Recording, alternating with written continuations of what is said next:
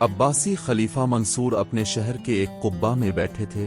वहां से उन्होंने एक शख्स को देखा जो सड़कों पर घूमता फिर रहा था और निहायत गमगीन परेशान महसूस हुआ। मंसूर ने अपने एक खादिम से कहा कि इस शख्स को मेरे पास बुला कर लाओ। जब वो हाजिर हुआ तो इससे हाल दरियाफ्त किया। उसने बयान किया कि मैंने तिजारत के लिए सफर किया था और माली फायदा भी हुआ। मैंने वो माल घर पहुंचने पर अपनी बीवी के हवाले कर दिया। कुछ दिन पहले मेरी बीवी ने बताया कि सारा माल चोरी हो गया है। मैंने सारे घर का अच्छी तरह जायजा लिया है। घर में ना तो कोई नकद देखी है, ना छत उखड़ने का कोई निशान। मंसूर ने पूछा कि इस औरत से निकाह किए हुए कितना अरसा गुजरा।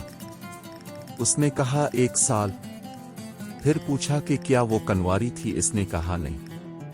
फिर दरियाफ्त किया कि क्या उसकी पहले शौहर से कोई औलाद है। उसने कहा कि नहीं। फिर पूछा कि वो जवान है या सुन रसीदा। उसने कहा 9 उम्र है। खलीफा मंसूर ने एक इत्र की शीशी मंगवाई।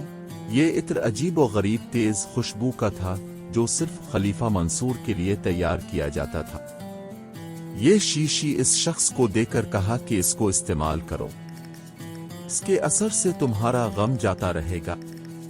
वो शख्स इत्र की शीशी लेकर चला गया।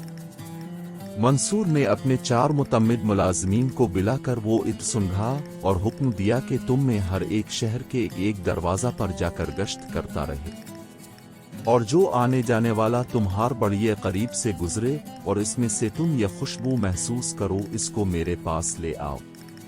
वो परेशान आदमी खलीफा से इत्र की शीशी लेकर अपने घर पहुंचा और अपनी बीवी को बताया कि इस इत्र की शीशी को संभाल रख लो, ये मुझको अमीरुल मोमिनीन ने अता फरमाई।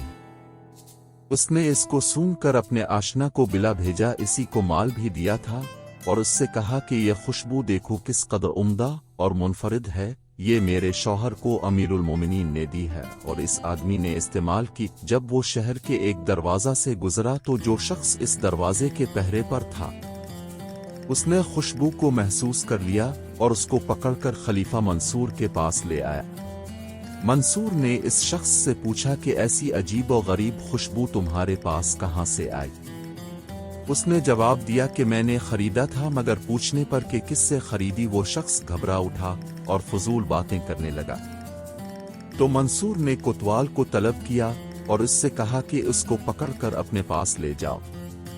अगर ये वो चराए हुए इस कदर दिनार वापस कर दे तो उसको छोड़ देना ताकि ये चला जाए जहां इसकी मर्जी हो, और अगर ना दे तो इसको बगैर हमसे पूछे 1000 कोड़े मारे जाएं।